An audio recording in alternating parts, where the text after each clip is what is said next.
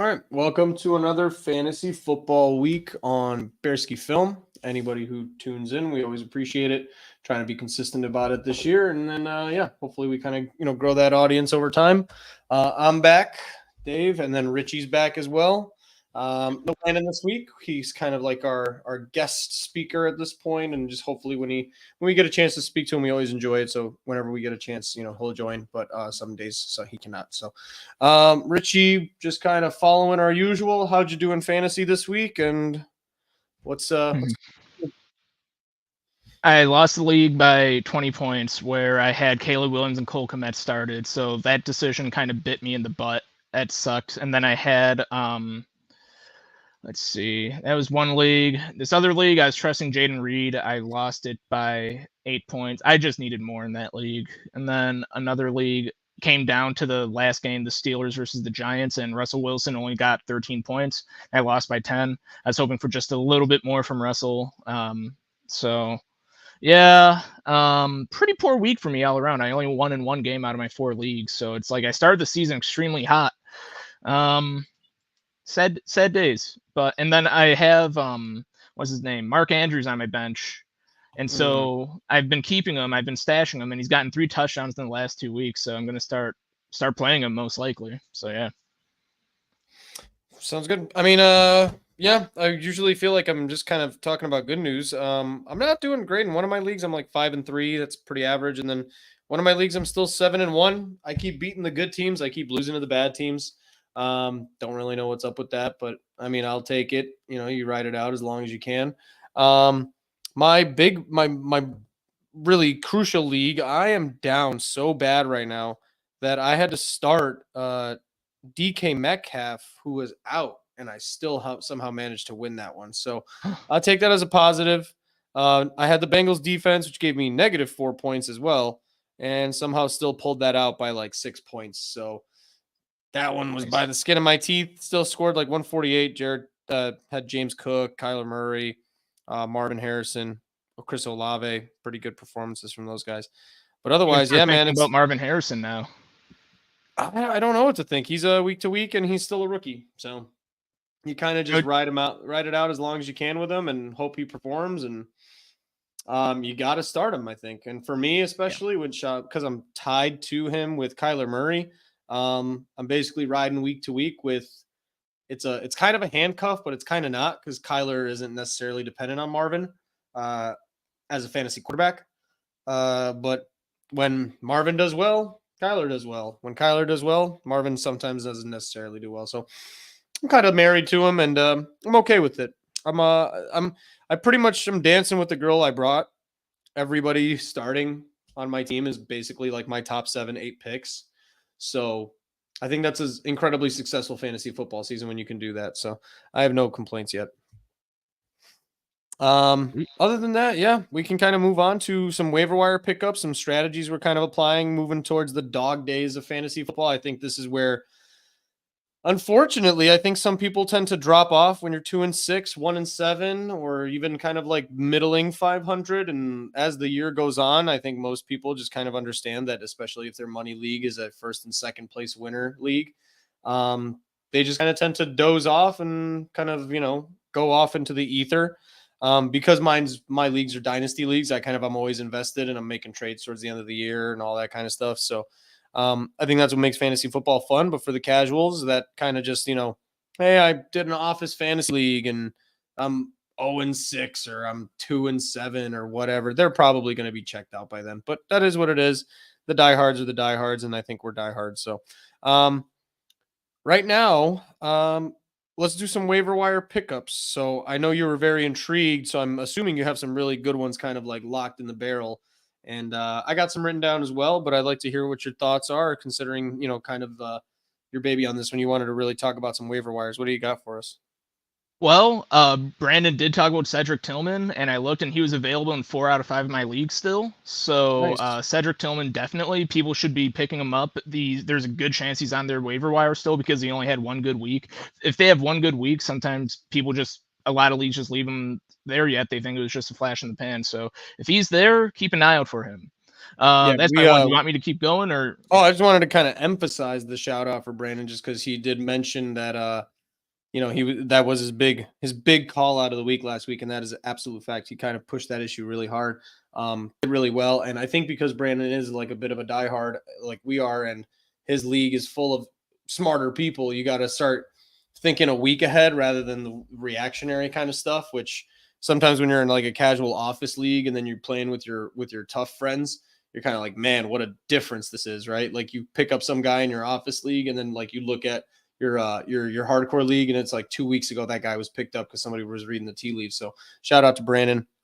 Cedric Tillman, great call, and Jameis looked great out there, and Cedric Tillman's a really good beneficiary of it. So yeah, that's number one shout out. Plus also, if you haven't gotten Cedric Tillman yet, go get him for sure. Anybody for you? Well, I did call out Keon Coleman last week. I thought it was kind of an obvious call. We just thought that the addition of Amari Cooper would help everyone feast, and especially Keon Coleman. Whenever I've watched him, you see the athleticism, the speed on tape, and it continued last week. And I'm looking forward to more fun weeks with him. And he was available in 3 out of 5 of my fantasy leagues still, and I picked him up in one of those leagues that had him. So that's another one that people should be able to look forward to and just instantly stash him.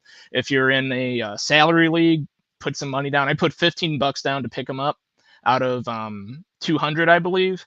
I think now, since he's looking a little bit more sure, I would even say as much as $20. But yeah.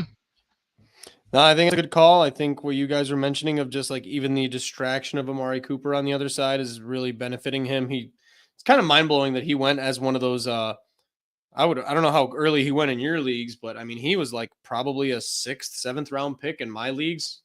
And because it's just the number one target for Josh Allen, regardless of rookie status. And then he somehow ended up dropped in both of my leagues. And then now he's going to be picked up in both of my leagues, which is kind of wild. So yeah, absolutely.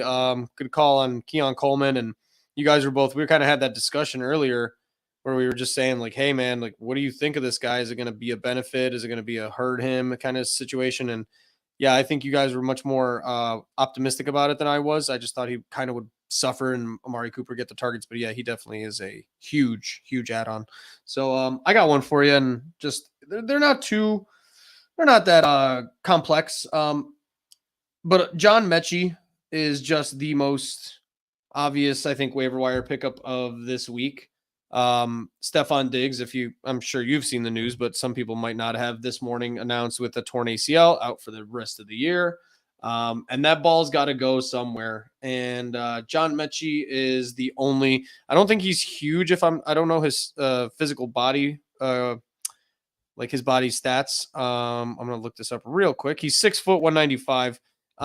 He's bigger than Tank Dell, which is not saying much, but you need a big body at least to play some X wide receiver, some outside guy. Tank Dell will get some catches and stuff. I mean, he's still the best receiver left on that team, but he's more of a slot guy, always will be a slot guy, kind of a quick maneuverable type of player. And John Mechie will get some shared targets because Houston's not doing great this year. And I think they were that overhyped team for sure.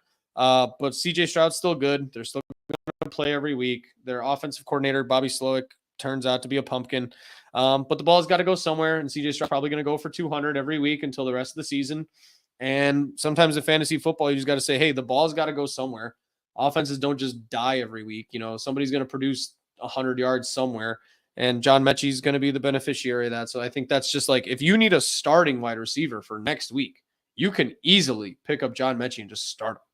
He's going to be the second wide receiver on the Houston Texans. He's just replacing Nico Collins and Stefon Diggs. It's a matter of time. I'm blown away that he's not the number one waiver wire pickup of the week. So yeah, it's because no one's really heard of him, but I remember looking at wide receivers a couple years ago and seeing his name come up. That's exciting. This is his chance. Like, just Isn't as John a player, Mechie the for guy his that career. like tore his ACL and then he like sat on the bench for a year from Alabama and then he like came back? I remember some guy the Texans had like that. Is that the same guy? Well, he is from Alabama. They drafted him in like the second round or something, and he had leukemia. That's what it was. Okay, Yes. yeah. Now that's so, Jesus Christ. Now it seems even worse that I'm like thinking it's an ACL. But yeah, he was that positive story where he had to sit out the whole first year of his career with leukemia, and then now he's back. And it's not for a lack of talent, man. he kind of just got overshadowed on that team. He's a good player. Bad Yeah. luck with obviously the tragedy, and then you get Nico Collins just kind of showing up out of nowhere and trading for Stephon Diggs. Like, you got to end up somewhere down that bench. And I don't think he's a bad receiver talent wise. I think I remember him. I saw him last year and he played well when he played. So I think it's a good pickup for sure. Starting wide receiver. Yeah. And you know how Jameis invoked Lose Yourself by Eminem? This is John Mechie's moment, baby. Yeah. So, no kidding.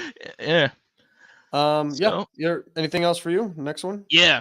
So I was really impressed with Isaac Guerendo. He was third string on San Francisco 49ers. Running back, right? Yeah. Exactly. I was really impressed with his ability to accelerate, and then whenever he was hitting the hole, he was getting skinny and just picking up like 8 to 9 yards at a time. It was really cool to watch. So he has like some particular skills that he knows how to use. He put up great stats as soon as he had the chance when Jordan Mason went down. So Isaac Guerendo, I say pick him up, especially if Jordan Mason is still banged up. Isaac Guerendo, even if Mason might play, he's still going to get some snap share. So it's exciting. It was productive. It's kind of just crazy because you could just literally take any running back on the San Francisco 49ers, and as long as they're getting like 12 to 15 touches, you could probably start them. Yeah. Well, So, he does have good acceleration. Not like Raheem Mostert from 4 years ago acceleration, but like he's a couple steps closer to that than a lot of other running backs in the league. He's a quick guy. So, yeah. yeah. Good call. A couple easy ones that are just kind of obvious, and then I got a few deep cuts because this is where I think, like I said, the dog days of fantasy football, and I have some thoughts. I'd like to have your opinion. I would love Brandon's too, just kind of like getting into the nitty gritty of this, but just curious on where you're falling in the NFL, and it's going to be a big picture thing. I have a question for you. Why is Parker Washington my top trending wide receiver being picked up in sleeper? And Parker where Washington are you in sleeper? Yeah, wide receiver from Jacksonville. He has the most pickups. I mean, nothing happened in Jacksonville to my recollection. Trevor Lawrence is still bad, and nobody really got hurt that I can remember. So I don't understand why he would be trending so high. I guess that's irrelevant. You mentioned people reading the tea leaves. That's people trying to read the tea leaves because Brian Thomas has a chest injury, Gabe Davis is out, Christian Kirk is out, and Is that what it is? literally, Okay. yeah, literally, it's just that's the depth. Parker Washington. I'm gonna look up Parker Washington and what he's all about real quick, just because I didn't see that. And Even last week, he Sleeper. has sleeper. He's the number one trending fantasy waiver wire pickup by a lot. I mean, trends are trends, but it's number one in sleeper. In the meantime, my next one, Elijah Moore. Obviously, if Cleveland's going to be throwing that much the rest of the season, and Jameis is going to be playing like that, which Jameis is to me is like basically just Baker Mayfield. They're just like, they're going to throw 4 touchdowns. They're going to throw 4 interceptions and 400 yards. It's fine. But the 4 interceptions don't matter on your side. What you have Elijah Moore or Jerry Jeudy or Cedric Tillman. And Elijah Moore, I think, is a good waiver wire pickup to stash just in case Jerry Jeudy and or Cedric Tillman like don't have excellent games because somebody's got to catch the ball, like we said. And Cleveland is, I mean, say what you want about the last few years, Kevin Stefanski's no joke, and he just beat Baltimore, and he can scheme up some offense. And I see with a decent to moderate quarterback play, I don't know what they were waiting for with Jameis, but good on them. And I think those receivers are going to benefit a lot the rest of the year. Yeah. It's looking like Parker Washington. He's a second-year guy. He's a serviceable. He's really competitive. He has reliable hands. He's willing to make catches over the middle. His athleticism is nothing to write home about, but he has NFL-level athleticism and he's well-rounded. So he's fast enough to break away if he has some open field. And this is his shot too. And we're gonna see if he can put it all together on the NFL level next week. So yeah. Fair enough. And then obviously, like we say, somebody's got to get the ball. You have any more before I kind of hit you with some kind of questions more about what your thoughts are on these deep cuts and moving forward? Yeah, I do have a couple more. I'll just try to Go rapid for it. fire them. So Josh Downs, he's putting up numbers with Flacco. 2 of the last 3 games, he has over 19 points. So he was available in 4 out of 5 leagues for me. So pick up Josh Downs because Flacco's able to produce with him. And Joe Flacco got the start. Yep. Tyrone Tracy is still available in 2 of the 5 leagues I'm managing, and he's been great. There was one blip game where he was sharing the backfield with Singletary a little bit, and he only had. Well, hang on, let me finish. So, like, how is he available? That's crazy. That's awesome. Yeah, I know. Yeah, well, I'm explaining why. It's because there was one game where he split the backfield with Singletary or someone, and he only had 6 touches and he didn't produce. So people just thought, oh, flash in the pan, you know. But then he produced again last week. So 2 out of the last 3 weeks, he produced monster numbers, and he was fed by the offense. So Tyrone Tracy, yet again, you know. So when did I say that guy? Like 4 weeks ago? Jesus. 3 or 4 weeks ago, yeah. Yeah, like that guy should have been on people's teams 3 weeks ago. That's crazy. Anyway. Yep. And then Lazard, he's still available in some leagues, and he put up 20 points last game. So at flex, if you're really looking for a flex option and you're looking for a flyer to take on someone, Lazard might put up 20 just because. So, yeah. All right. So here's my questions, and I got 2 names for you. Because at this point, I am going to explore like trade markets because the trade deadline, if I'm not mistaken, takes place the week or the day after the Bears play the Cardinals. So we've got like about 8 or 9 days, I think, maybe a week or so till the trade deadline. And do you mean fantasy trade deadline or the NFL trade deadline? I didn't know fantasy had a trade deadline. I've never had one, so I'm assuming it's regular NFL trade. Okay, it's normally November sometime, but yeah, go on. Yeah, I've never had one. So 2 names I'm looking at, and I picked up one because he was free, and I just thought he would be traded by now. I need a running back bad. I picked up Khalil Herbert with the assumption that he's just going to go to a team that needs a running back and probably end up being the starter just by association. I think Khalil Herbert is one of the most underrated, and I kind of hate the Bears lately, so I'm just going to say it. Like, I don't know what the fuck they're doing with like wasting his talent, and they're struggling in the running game. DeAndre Swift's pretty good, but I mean, in terms of like the short yardage and stuff like that, I get it. They're in love with Roschon Johnson, but it was just a waste of time, and it's a waste of resources with Khalil Herbert. If you knew you weren't going to play him all goddamn year, which you just haven't, so that means your mindset was set on that from the very beginning in training camp. He barely played this year. You should have just traded him in training camp for like a 6th or a 7th, because now you're going to have a Velus Jones Jr. situation where you're either going to release him or you're maybe going to get a 7th round pick for him instead of probably like a 5th or a 6th that you potentially could have gotten. I'm going to just block him. Not really Hank Aaron. I really don't want to deal with him today.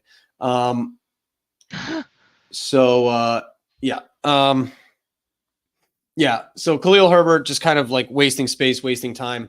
And that's where I'm at with Khalil Herbert. And then the second guy, and this one's a little bit riskier just because Adam Thielen is on IR right now, but it's not full season IR. I'm of the belief that he's older. He's definitely more of a IR to save his body kind of guy rather than he's that hurt. And I feel like the Panthers are just going to start stripping for parts pretty soon. Not that they have many parts to strip, but I think they could easily get, like, with what we've seen the wide receivers go for already. DeAndre Hopkins went for way more than I expected. And who else was traded? Devontae Adams went for a freaking 2nd. I thought he was going to go for like a 3rd and a 5th. That's crazy that they almost broke even on that trade in terms of like, you know, I think they traded 2 first-round picks. Almost got a first-round pick back. That's crazy. Insane value. So they're going for a lot. And so I think if you're a team that, you know, your plans were Cooper Kupp, and the Rams are probably just never going to trade Cooper Kupp anyway. Cooper Kupp costs you a 1st, but you can get Adam Thielen for a 4th or a 5th. I think that's a good substitute / backup plan. I wouldn't be surprised if he went to like a contender team and did really, really well. So like 2 stash or waiver wire pickups. And I don't really know much about either situation, but those are just kind of my, like, I've heard the rumbles of those 2 players getting traded, and I feel like they're decent stashes. It's a great idea.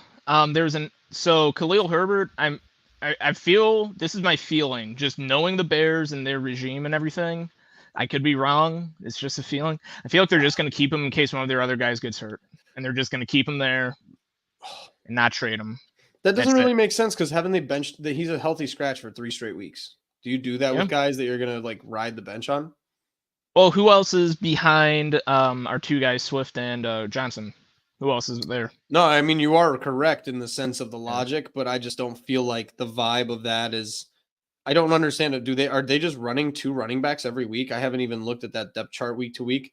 And if you're running 2 running backs every week, I think that's kind of crazy because you already got rid of Kari Blasingame. And I mean, you're right. You don't even need to look up the depth chart. There's just no other running backs on this roster. Ian Wheeler, Travis Homer. and Travis Homer, son of a bitch. They're playing Travis Homer at 3rd running back. That's crazy. Oh man, I don't he's know so if he's been a forgettable. healthy scratch or not. No, he's been in there. He's been playing. Oh, because special teams. he's special teams guy. Oh, Yeah. okay. Wow. Well, And you can yeah, throw Khalil Herbert out on special teams. I'm sure it's fine. It's whatever. They're making bad decisions left and right. I don't know if you saw the report today that Ben Johnson wanted the job, and the Bears said we're going to stick with Matt Eberflus this year. wow. So, did you see that report? No, I'm guessing. I saw the thing is, if I see one outlet reporting it, I just assume that outlet's being dumb. I don't really pay attention to news. So it's unless not even an multiple outlet though. outlets It's an report. NFL insider. It's Albert Breer, Okay. who's like, and he's in that Schefter Rappaport category. I wouldn't say he's as good as them, but he's definitely in there where he's not just going to say a bunch of bullshit and lose all of his credibility. So that's kind of wild. But yeah, I'm having a down week on the Bears. It's whatever.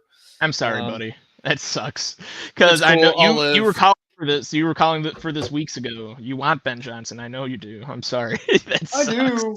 I just think it's a waste of time. It was a 2-hour episode yesterday. We don't need to rehash this, even though it is a new Yeah. topic. We'll save it Yeah. for next week. It is what it is. Anything else to add on the waiver wire / kind of like your stashers, and then we can kind of go game to game and see what we think. Yeah, well, there was one more wide receiver trade today. I forget who though, because I was at work all day right up until I got on here for this. So I have not seen anything about that. I will be happy to hear about that / look at it. sure, I'll look for it real quick. Oh, that's fun. The Vikings are not standing pat. Brand new news of 5 minutes ago. Vikings just traded for Cam Robinson, left tackle from Jacksonville, after their left tackle, Oh, Rashawn Slater, went down for the year. And they're just like, you know what? Fuck that. We're going to a Super Bowl, bitch. So they're just going to do that. that's cool. Kudos to them, and Yeah, I guess Jacksonville whatever. might be stripping for parts a bit. Holy shit. I was Fuck. on that. I've seen that a report that Trayvon Walker would garner about a 4th round pick. That's this year, crazy. which is insane. Didn't he have 11 sacks last year? I think so, but he's also due for a contract. So if you get a 4th or a 5th round pick for Trayvon Walker, and you can get that, actually, I saw the report. It's a report in terms of establishing trade value, right? What a guy should go for. Trayvon Walker went 1 pick above Aiden Hutchinson, for fuck's sake. Wow. So that's kind of wild. Wow. But if you can That's get him for a 4th or a 5th, I don't care who you are as a contender, you better do that shit. Just even as a depth piece, you're not getting anything better than Trayvon Walker for a 5th round pick. Anyway. Depth piece. If he had 11 sacks last year, he's not depth. Is he that high? Are you thinking about Josh Allen? He has 6.5 sacks this year already, Trayvon Walker. Like you said, they're stripping for parts, and I think they're trying to, Wow. Yeah, kind of wild. But Jacksonville, I think when we talk about the team stripping for parts pretty soon within the next week, I think we're talking Jacksonville, Dude. Oakland. He's a premium piece. I'd be surprised if they only garner a 4th for him. Holy shit. Okay. Yeah. I mean, at the best, if they start having a trade, a trade-off kind of thing, it's going to be a 3rd, but I don't think he's getting you a 2nd either. So, all right, you wanted me to hurry up and rapid fire some shit, right? If you got some, go for it. Ladd McConkey was available in about roughly half of my leagues. Okay, he's basically the primary receiver in Charger land, so go for him. Bucky Irving, he's had 13 to 18 points in each of his last 3 games. Baltimore, Atlanta, and Kansas City. Oh no, he faced Baltimore, Atlanta, and Kansas City. That's kind of a tough schedule. Atlanta's 24th in points allowed to running backs, and so definitely pick him up because I think I saw he had some easy games coming up. And then Khalil Shakir, he was available in 1 out of 5 leagues, but he's back, so he's due for some deep shots from Josh Allen. Okay. Only if you absolutely have to, Jerry Jeudy and Calvin Ridley, just because I don't trust their production yet. Okay. And if you need QBs for this week, Kirk Cousins has a really good matchup versus Dallas this week. Matt Stafford, got his receivers back last year, both of them finally last week rather, and he tossed 4 touchdowns. Okay. Sam Darnold has a good matchup versus Indy. So, yep. And then other than that, I just have like talking points and news things. So yeah. That's crazy that you have that many quality players, man. That's crazy. All day, baby. No, I mean just that those guys are available anywhere. It's kind of nuts. I even in my crappy leagues, most of those guys that you named were not available other than the quarterbacks. But good on you if they're available in half, and if it helps anybody, I would love that. So there's only one league of mine that's 12 people or more. So because okay. exactly. So and there's a lot of people. I'm guessing a lot of our audience must have some 10-person leagues, right? Yeah, we have seen some insane trades proposed that are basically just like, I mean, just fantasy bait. Like there's no depth there. You're not scratching at the bottom of the barrel like we are sometimes. So yeah, I mean, we got the week 9 slate. Bears Cardinals. I'm gonna start with this one just because I'm gonna be a little pessimistic by comparison. I think the blueprint here. So the reality, first of all, Arizona's opening as barely a favorite at home, and that line has moved already in favor of the Bears. I think Arizona is just not as good as maybe they present. They're about the same team in my mind. They're both 4-3, 4-4. It's a battle of mediocrity in my mind. But I don't know if you can trust Caleb Williams and his receivers to start at this point. Yeah, he's going to have great ups and downs, but in terms of trusting them, you can only start the guys that you're forced to start, like DJ Moore, DeAndre Swift. Everybody else is kind of a coin flip person. Cole Kmet, Keenan Allen, Rome Odunze at this point. If you're desperate and you feel like you need to start them, you can start them. I wouldn't feel confident starting anybody other than DJ Moore and DeAndre Swift at this point. And even DJ Moore had a terrible game last week. So DeAndre Swift is by far power ranking number 1. And I don't know, like that's my question to you is like, who would you have number 3 as the most comfortable person to start there? I guess Cole Kmet, but other than that, like, I don't know. There's only been 2 games that DJ Moore's had more than 12 points. Okay. There's been 2 games this entire year where DJ Moore's had more than 12 points in a PPR league. So right now, I would even start McLaurin over Moore. Their offense is just ticking a little better. I hate to beat the whole Washington over Chicago thing right now. That's where we're at right now. Sure. Continuing though, real quick with Cardinals though on that side. Cardinals, I think, be careful with who you start just because the defense is still going to be the good defense. Despite Matt Eberflus being an absolute fucking idiot bottom 2 coach in the league, and he's not number 2. I think the obvious gaps in this defense are starting to show a little bit in terms of the speed over the middle. TJ Edwards, while I love him and he's an instinctual linebacker, Tremaine Edmonds is good. They do leave the middle open quite readily and quite often. They're much better running against a defense against the run than they are with defending over the middle. Tight ends, even bad ones, usually have pretty decent outings against the Bears. When I say decent, this is all relative to the Bears being a top 5 defense in my mind still, despite Eberflus. So I would say Trey McBride is my favorite player in that whole matchup. And Marvin Harrison is, despite being pretty damn good, he's my least favorite matchup. I think the only issue here is that, and we talked about this yesterday with Thigh from Thigh and Smile, and his name is Carl. He was mentioning so much about how the defense does not flip cornerbacks no matter what. They do halves coverage, and they never ask Tyreek Stevenson or Jalen Johnson to shadow anybody, which I think is just one of the most asinine 1990s defenses I've ever fucking seen lately. I'm sure other teams do it, but when you have a cornerback gap as huge as Jalen Johnson to Tyreek Stevenson, you find the best fucking receiver and you stick Jalen Johnson on him and you ask him to fucking flip the play. I don't understand it, but Marvin Harrison has just as good of a chance because he'll be matched up against Tyreek Stevenson half the time whenever the Cardinals dictate that. So start Marvin Harrison or Michael Wilson at your own peril. James Conner will not have a good game. I can pretty definitively say that. Kyler Murray will probably not have a good game. I can pretty confidently say that. On the other hand, I would say Trey McBride and Marvin Harrison, Michael Wilson, one of them is going to have a decent game. which one it is. Most likely McBride, just because he's the best receiver on that team anyway. But Marvin Harrison and Michael Wilson are a toss-up. I agree with pretty much everything you said, except I think James Conner, I think he's going to have over 12 points. Like, that's kind of like the point where I imagine where in my head I'm like, do I start this guy or not? Are they going to get more than 12 points? I think James Conner can get more than 12 points. The Bears defense, or the run game, they keep some lanes open, and I think Conner can exploit those pretty hard. So not a bad point, especially if they do some dumbass shit like they spied Jaden Daniels with TJ Edwards last week. If they spy a Kyler Murray with TJ Edwards, which is a stupid ass fucking game script anyway, but they're stupid enough to do it. So I agree with you. And if they have TJ Edwards spying and not attacking and playing instinctually, then yeah, James Conner will have a better game than anticipated. So not a bad point. You want to take over Texans and Jets?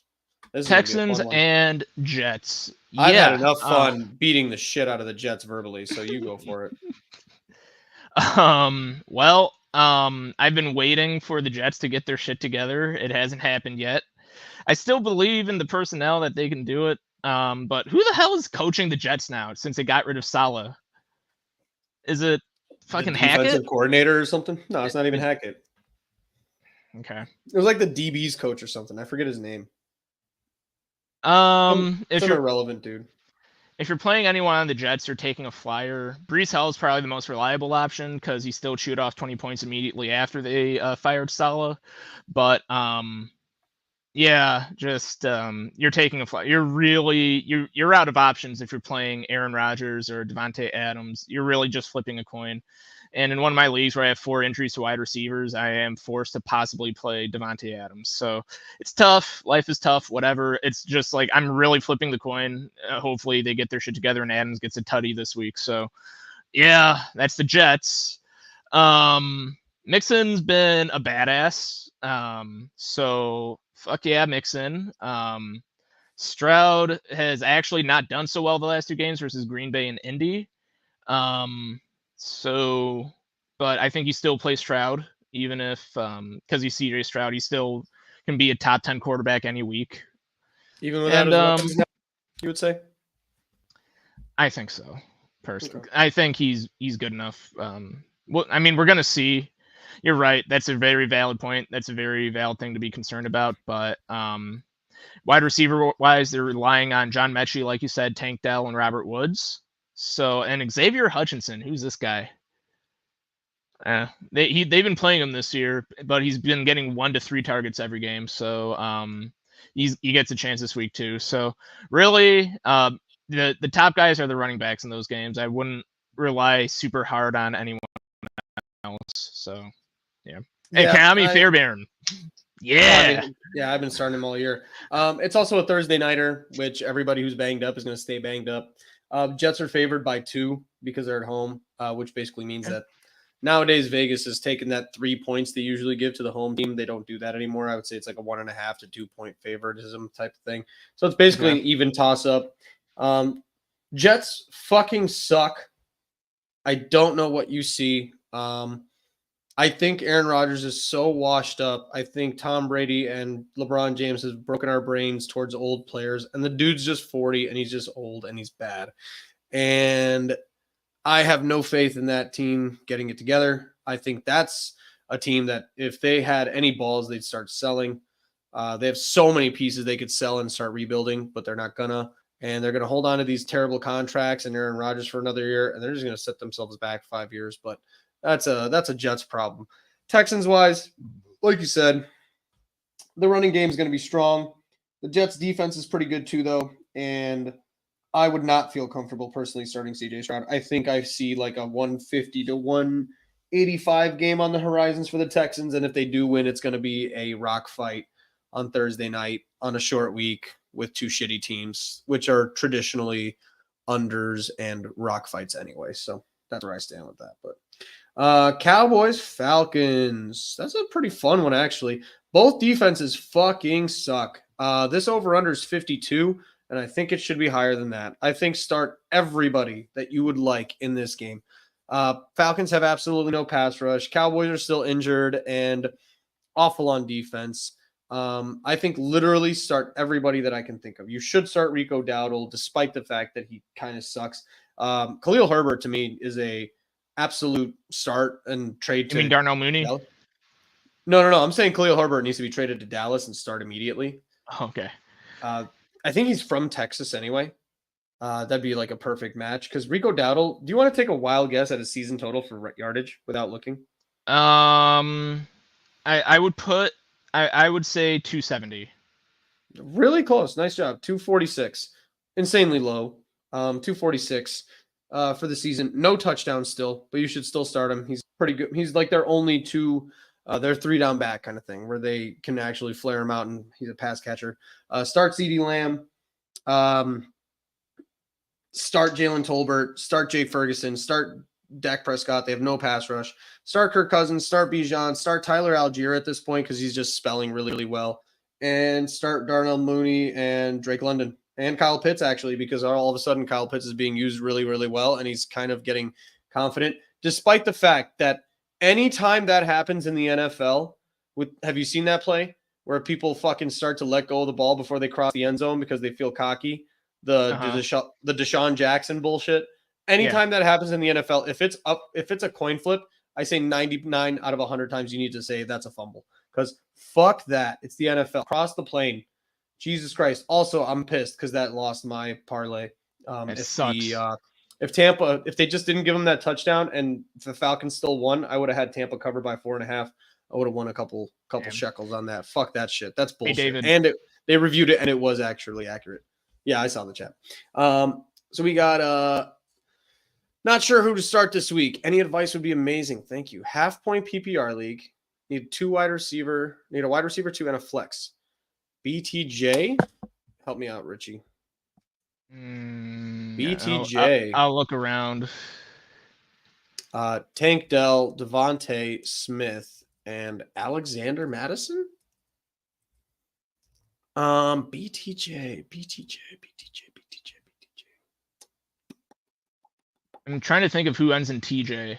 Maybe no. I was about to say Bucky. Brian Thomas Jr. Okay. He might be injured, my friend. Let's see here. Devontae Smith had a really good game for the Eagles last week. And I think that offense is getting its groove back a little bit. They're also playing the Jaguars, who are clearly punting on the season. I think out of those 4 names, Devontae is your automatic wide receiver 2. And then it becomes a question of if Brian Thomas Jr. is healthy, which I don't think he will be, and the Eagles secondary is actually getting healthy and deep and gelling really well right now, I wouldn't feel comfortable starting Brian Thomas Jr., even if he's just kind of at 80%. The Raiders are punting already as well. I think Antonio Pierce is a joke of a head coach, and that's just not going to go well for you. My 2 choices out of that are Devontae and Tank Dell, just also by the association of what we were saying. Somebody's got to get the yardage in Houston, and I'm going to lean towards Tank Dell. Yeah, and I see Alec Helton talking Brian Thomas. Oh, he said that was just him saying. Okay. In addition, so the Jaguars had a mediocre amount of time for their quarterback anyways, and they just traded away Cam Robinson. Yeah, so they're punting. That they're not going to have any help there. Yeah. The other part, dude, is you got to stress about the fact that you got to start Tank Dell on a Thursday, and he's going to take up that slot, and then you won't be able to know who else to start until Sunday. And then let's say the report comes out that Brian Thomas is out. Tank Dell's sat on your bench because you didn't start him because he played on Thursday. Then Thomas Jr. is out, and then you're forced to start Devontae Smith and Alexander Madison. I would say your least risky move is just start Tank Dell, Devontae Smith, and live with those results because Alexander Madison has a good game. Nobody's mad at you about that. If Brian Thomas Jr. ends up being healthy, nobody's going to be mad about you at that. I thought that DK Metcalf was going to start this week, and all of a sudden he was out, and I was stuck with it, and it fucking sucked. I got lucky, but it sucks when that shit happens. So I would say Smith and Dell are my vote. Oh yeah, no, same here. I thought I second that. For sure. Basically. Second one, Augusto. My running backs: Hall, Breece Hall, Kamara, Chase Brown, Dobbins, Hunt, Chubb. What is this? A 2-person league? Like, You and a buddy are playing against each other. My wide receivers are London Neighbors, Ridley, Deontay Johnson, Jennings, and Bowers and Hawkinson. What would you give for McLaurin? Dude, Okay. anything? Okay. I mean, Um, literally take any one of your 5th or 6th running backs. You could probably get McLaurin. I don't know how small this league is, but it's insanely which crazy Jennings? that Which Jennings are we talking about here? Jawan? Shit. Yeah. So, anyways, if you want McLaurin, I wouldn't trade Neighbors. I wouldn't trade London. probably gonna have to package a receiver. I wouldn't trade Hall or Kamara.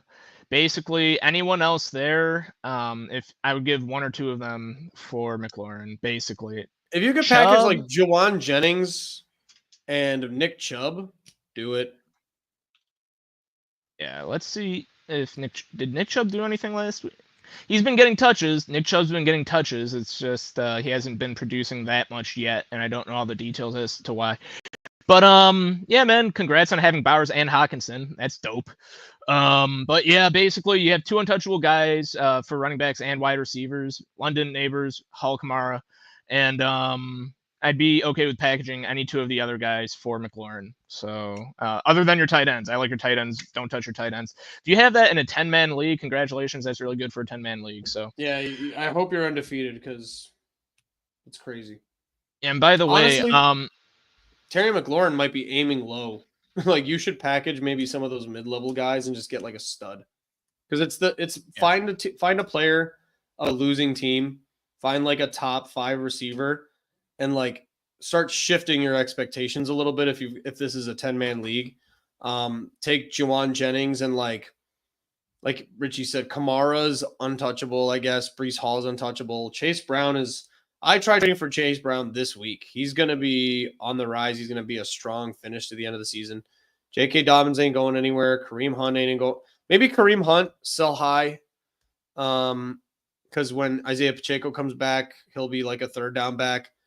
And just start like packaging some of those more mid-level guys. It might hurt a little bit, like Chase Brown. But you're not going to start all of those running backs anyways.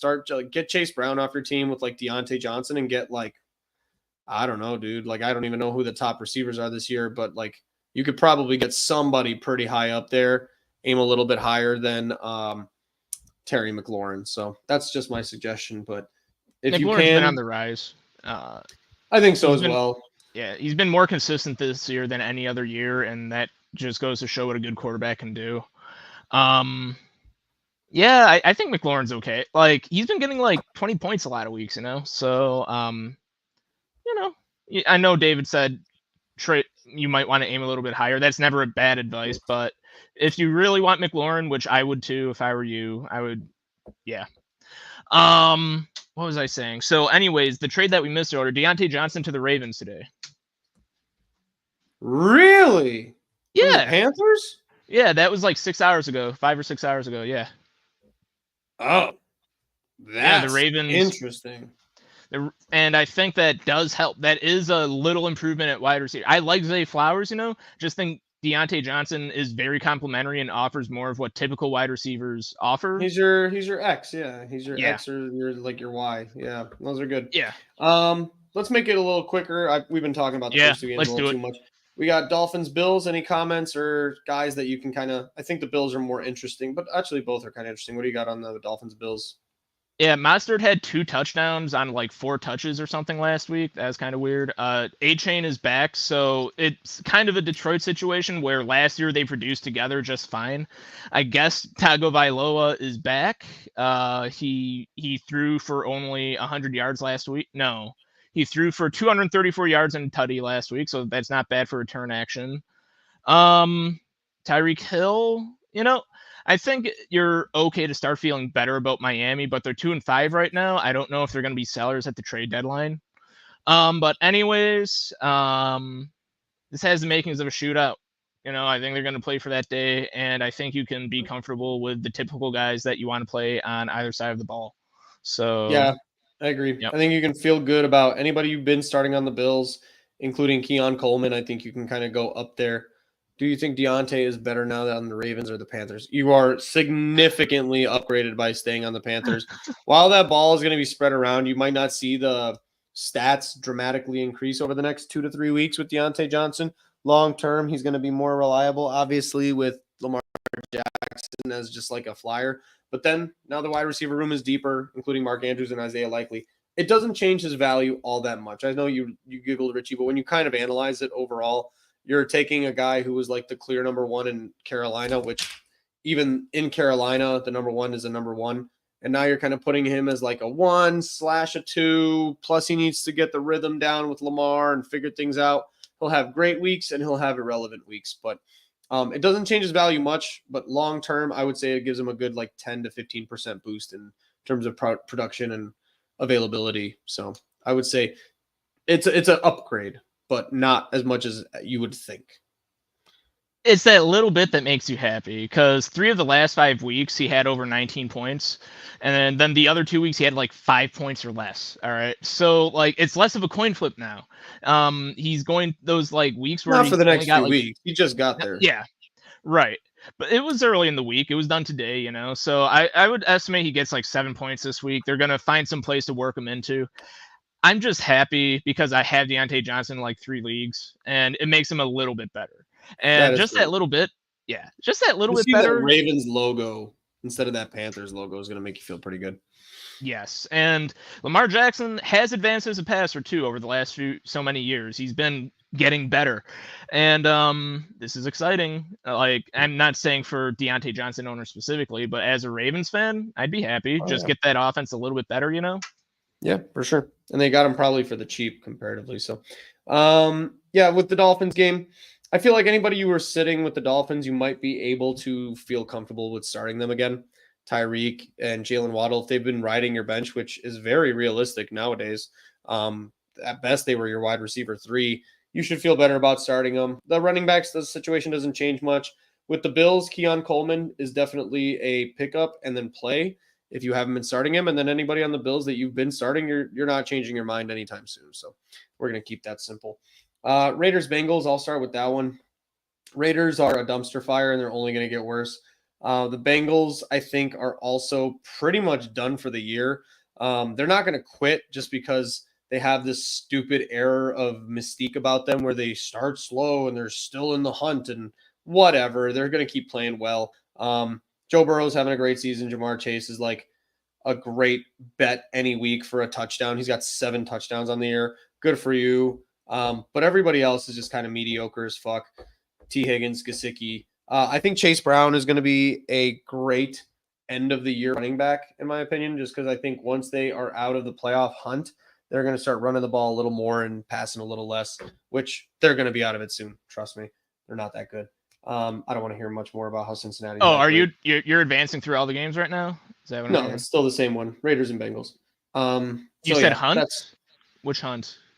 the playoff hunt. Oh, okay. Okay, Yeah. gotcha. A playoff hunt. And yeah, so I think Bengals, nothing changes really. Raiders, dude, just start selling for parts. I mean, if you had Raiders on your team at this point still, I don't know what to tell you. Like their running backs, you're just fucked. It is what it is. Yeah. Chargers, Browns, you're getting the interesting ones. I get the shit. So you go for Chargers, Browns. Okay. Well, Chargers Browns, J.K. Dobbins is like a coin flip every week. He can have a very appetizing matchup that you can enjoy and he's on a conservative offense, but I've learned the hard way that it's like 55 to 60% of the time he has a good game, and then the other half he just turns in something that you just don't want on your team. So J.K. Dobbins in your flex if you have to. And then Ladd McConkey, he had a massive game last week. Ladd McConkey's like the only receiver you should think about starting, the only pass catcher, including tight ends, that you should think about starting on the Chargers. He might be a good wide receiver too. I'd recommend him for a wide receiver 2 slot. Cleveland, Nick Chubb, you're taking a flyer on him. He hasn't produced yet this season, and I'm gonna be honest, I haven't watched him, so I have no idea what to think of his explosiveness. Jameis Winston, baby. It's Jameis Winston season all of a sudden. He's playing the Joe Flacco role from last year. He beat up Baltimore. He has another tough matchup with the Chargers, but if he put up 24 points against Baltimore, I think he can put up 20 points against the Chargers. maybe just, if you're a little bit conservative in your decision making like me, maybe just hold off on Winston for maybe another week. Maybe pick him up if you're hoping he turns out well. And then Judy produced way more than he normally does last week. Cedric Tillman, pick him up already, play him, instant play. And Njoku has killed the last 2 weeks, so pick up Njoku. So yeah, that's my analysis for those teams. Nice. I find it crazy that Jim Harbaugh was able to turn Justin Herbert into a pocket passer with 8 touchdowns and 1 pick. He's always had it in him. He's had it in him, but he's like a game manager now, which is fucking crazy. Yeah, it is funny. Just like he was a gunslinger, and crazy what a coach can do in the right situation. Patriots, Titans. I'm gonna do 2 games in a row because fuck this game. It's not that interesting, and I keep getting shit. Patriots. Jacoby Brissett's back in, which is a negative, I think, in terms of fantasy outlook. Ramondre is just a constant stardom because you have to, and he's done pretty well. He's averaging like 4 yards a carry, 5 touchdowns. He's got like the J.K. Dobbins kind of like tag on him. He's just, he might have a good game, he might not. Doesn't help though. Hunter Henry, if you were starting him, you probably shouldn't.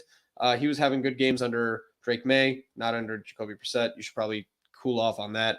On the Titans side, like, what the fuck are we doing here? Tony Pollard, you might have to start him if you have to. Everybody else is essentially irrelevant. Calvin Ridley, if he's still on your team, you can feel a little bit better about playing him nowadays because Mason Rudolph just clicks better with him than Will Levis. And so really like the only starter from Tennessee is going to be kind of like your Calvin Ridley.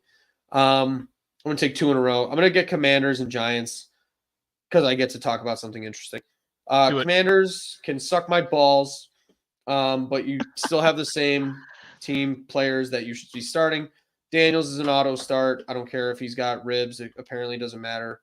Brian Robinson Jr., you should start him. Terry McLaurin's just kind of on fire lately. Zach Ertz is kind of clicking lately as well.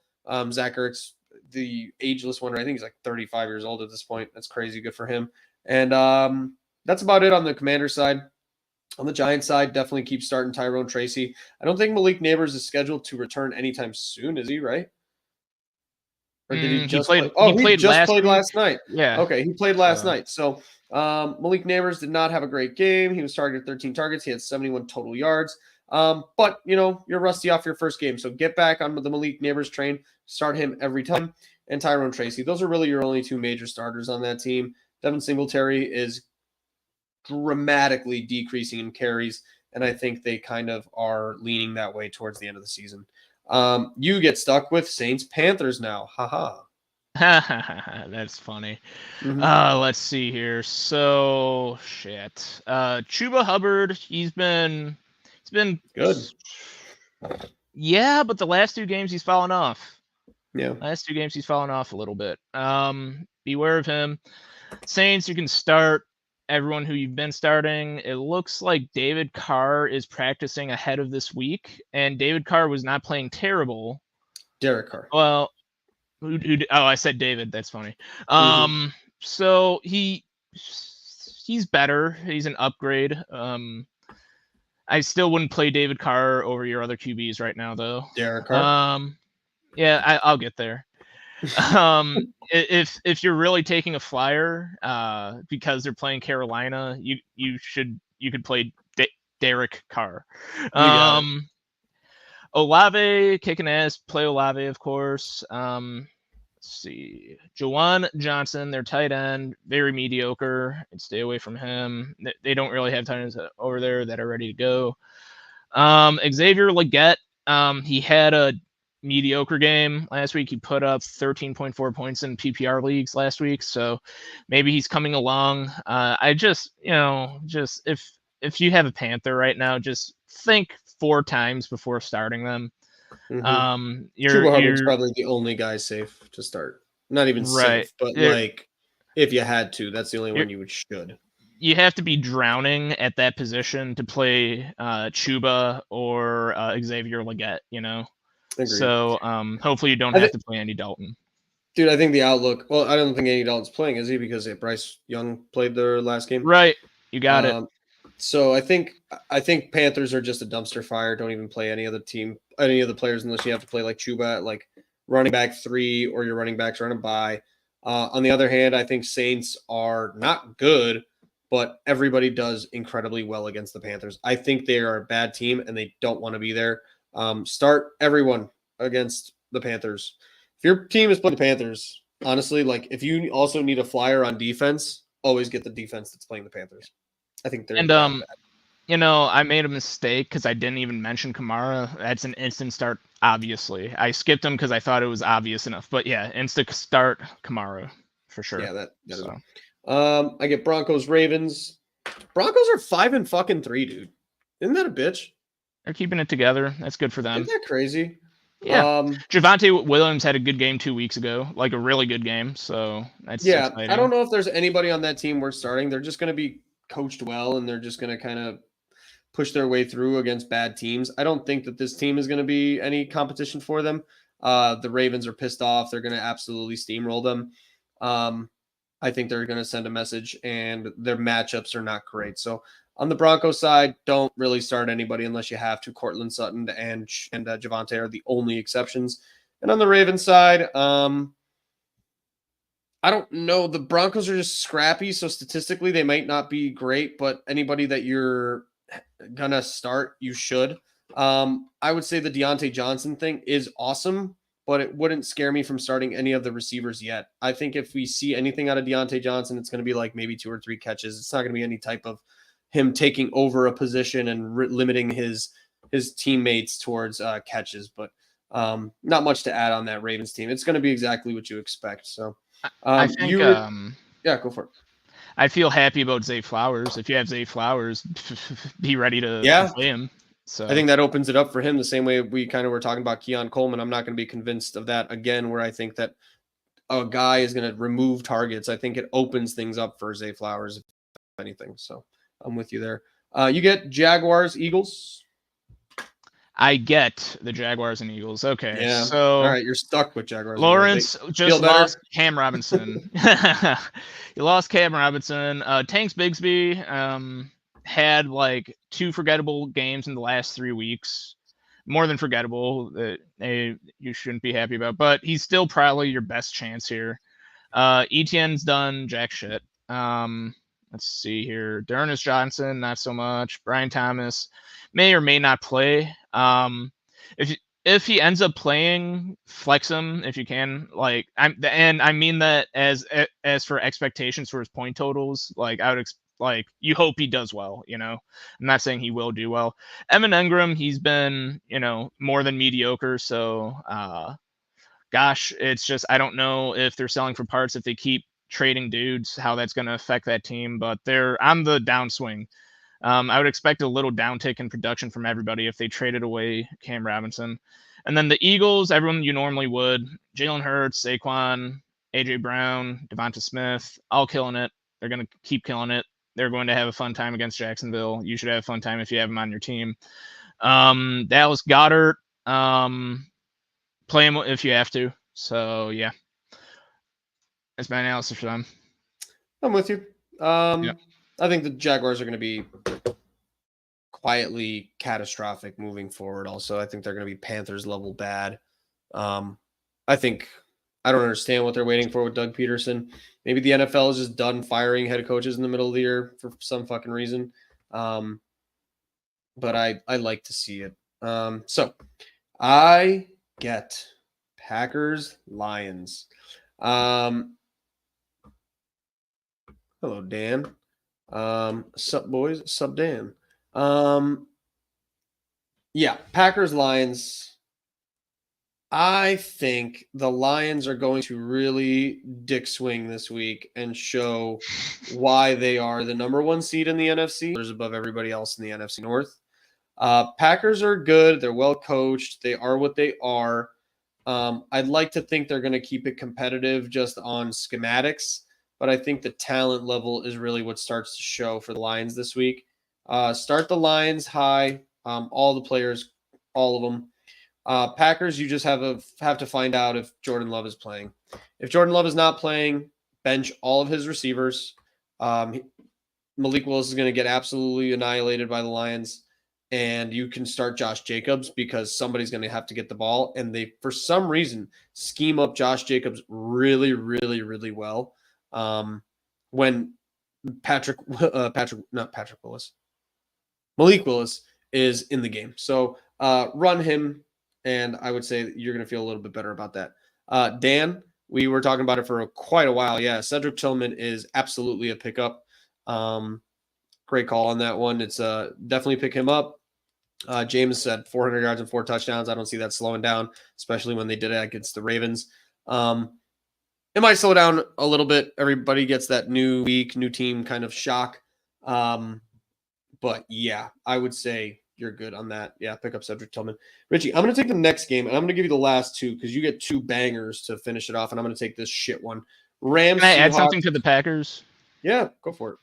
You called it a couple weeks ago. They've been spreading the ball around a lot, and it's hurt Jayden Reed. They've gotten like multiple targets, and when I say multiple, I'm talking around 3 or 4 to like Bo Melton, Jayden Reed, which that just hurts. Watson, Wicks, and then their top producer is Tucker Kraft, their tight end right now. So, in terms of pass catchers, so yep, David, I feel like he kind of has a look on his face right now. You have a look on your face like, yep, I told you so. So yeah, Jordan Love, they need Jordan Love to play. Okay. Like if the Packers want to win, they need Jordan Love to play. He's dealing with a strained brain. They better massage that shit out or figure out something, put some freaking icy hot on his groin. I don't know. They need him to play if they have to duct tape him up or else. I heard Deshaun Watson's got a guy. Right. Yeah. One thing dude, this is the funny thing real quick about that Packers comment. Yeah. I don't understand why like everybody's like, okay, watch out who you take with the Bears because there's so many guys to feed and the ball can't be spread around by a rookie. Why didn't that logic apply to the Packers who have more guys and a guy who's better and proven at spreading the ball around? This is why even at the beginning I just didn't agree with it because Packers, while maybe they don't have the top flight talent that the Bears do, 1 through 4, they have like the same type of receiver, right? With like Jayden Reed, Christian Watson, Romeo Doubs, right? And then you got, Tucker Kraft and all those other tight ends. And then you got 2 running backs and stuff. So like the guys just couldn't be fed. It's the same logic as why I avoided all Lions this year. It's the same logic why I avoided most of the Bears receivers. It's the same reason I avoided the Packers wide receivers. There's just no it's fantasy football, man. It's not about winning. Packers win, Lions win, but they're not winning you any fantasy football leagues is the problem unless you're lucky. So that's my argument. I'm going to take this last one real quick before I give you the good stuff.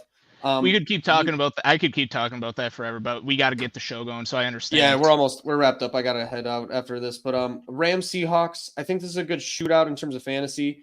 Rams, I think, caught people off guard a little bit with the return of Puka Nacua and Cooper Kupp. I don't know if that's going to maintain because the blueprint's already been out there, but I think they just kind of caught them off guard by them returning so quickly and right back to what they do. It does open things up in my mind for running back Kyren Williams. I do think it opens things up a lot for him. I do feel like if you have Kyren Williams already, you're just going to feel better about it. Puka Nacua and Cooper Kupp are just the same old shit. You don't know really which one to start, and one of them is going to have a good game while the other one distracts the team from matchups. So start one of them, but you're not going to feel great about it. Seahawks wise, I don't know, dude. That's the most 4-4 team that's good but not good I've ever seen. Geno has the most mediocre average quarterback stats ever. He's literally at 8-7, 8-8, 2,000 yards. He's like leading the league in yardage, but he kind of sucks. Kenneth Walker, despite like having an awesome day, has 300 yards on the season. We were just talking about like what the point is. Zach Charbonnet has 200, so it's not even like that different. And then I don't know who to start on this team because DK, while he missed a week, still has like 600 yards, but it feels like he sucks this year. So just like be careful of who you start here. They are playing in Seattle, so I feel like Seahawks should win that game and have a good game. But Richie, for you to finish up, first matchup, I'm going to turn my camera off just for a second because I got to take care of something, but I will be listening in. So your last 2 to finish off, you have 2 bangers. You got Colts Vikings. So go off on that, King. Sure. Yeah. Flacco, Darnold, they're both offenses should have a fun time here. All right. So Flacco should do great. Well, no, you know what? Let me see here. Minnesota's offense over the Indy offense. Darnold has an appetizing matchup. Aaron Jones, he's been like leaving games because of injuries in the middle of the game. So play him if you have to in the flex spot, hopefully. Justin Jefferson, Jordan Addison, Justin Jefferson, definitely. Dave's been calling for Jalen Naylor for a long time. Hawkinson, he's been activated. He just didn't play last week, so you have to keep an eye on Hawkinson to see if he plays. Flacco and the Jonathan Taylor, Josh Downs, all starts. They've been playing well. Minnesota has a tough defense. I think Flacco has that offense running though, and Pittman. Gosh, the last 2 weeks Pittman's been quite forgettable. Play Pittman only if you have to. Pierce only if you have to. Adonai Mitchell has done nothing all season. I hope you don't have to play Adonai Mitchell. Yeah, that's what I have to say about that game. Sorry, real quick. Also for Dan, just because thanks for tuning in, Dan. Demario Douglas, nope. Patriots are not going anywhere anytime soon. And with Jacoby Brissett returning and them not, I feel like they're just going to get more conservative with Drake May. He's going to have a worse season as the season goes on. You could probably pick up like 5 receivers off your waiver wire better than Demario Douglas over the next 4 weeks. So bye, unless you have the like start of the show. Keeper league. Yeah. Play the start of the show if you want to know who to replace Demario Douglas with. I go over. Yeah, like we named like 5 or 6 great receivers. When this ends, go back and watch the first 10 minutes. We gave you like 6 amazing wide receiver choices, and it was really good. So, Richie, and the final game is Chiefs and Bucks. So go ahead, dude. Baker Mayfield continuing a stellar season. Is gonna be a high scoring game. The Chiefs are fucking 7-0. Are you shitting me? Get the fuck out of here. Okay, I'm sorry. This is a family show. Get out of here. I can't believe that. It's really not. It's not at all. So, but no, yeah, they're 7-0. They have a horseshoe. Yeah, man. Tampa Bay. Both their guys went down. What am I saying? Evans and Godwin both went down. But Mayfield still managed a good week. When did he play? When did he play at Atlanta? Did Evans and Godwin get hurt in the Atlanta game? Is that what happened? No, they got hurt in the Baltimore game, right? So Mayfield still produced without Evans and Godwin. So they're still running. They leaned on their running backs a little bit more last week. That's what happened.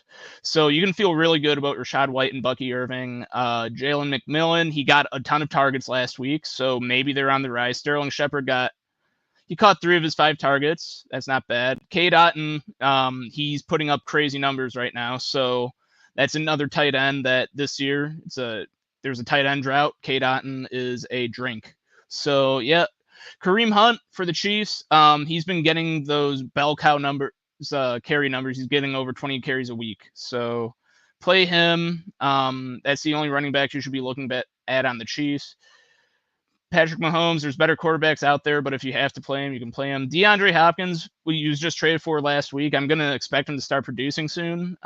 Play him if you have to in your flex spot. I'm expecting him to produce like a flex anyways. Like, if you feel really good about DeAndre Hopkins because you're a massive fan, eat your heart out, just play him. Xavier Worthy, he's been iffy. He's been like a coin flip every week. I'd have fun with that. Meaning, play him in your flex spot, he might produce. Travis Kelce began producing after week 4, so hurry up and play Travis Kelce if you haven't been. Anything to add to that, David? If you can see or hear me, which apparently my thing sucks. But no, not really. I think you nailed it on the head. Chiefs are a good start, and then really there's only 2 main key pieces on Tampa Bay with Bucky Irving and Cade Otton. I missed out on the Cade Otton thing. I was literally looking at him, ready to bet him as a touchdown scorer and like pick him up in fantasy. And I was like, that just makes sense. And then I didn't pull the trigger and I regret it. So thank you for everybody for tuning in. As always, got to get that internet connection fixed. How did not really Hank Aaron get through after you? I put him in timeout, but like honestly, dude, just get something better to do with your time. It's fine. Thanks for tuning in. Thanks for the view, but like, take care, guys. Thanks Yep, a lot, see ya. guys. Yeah. See ya.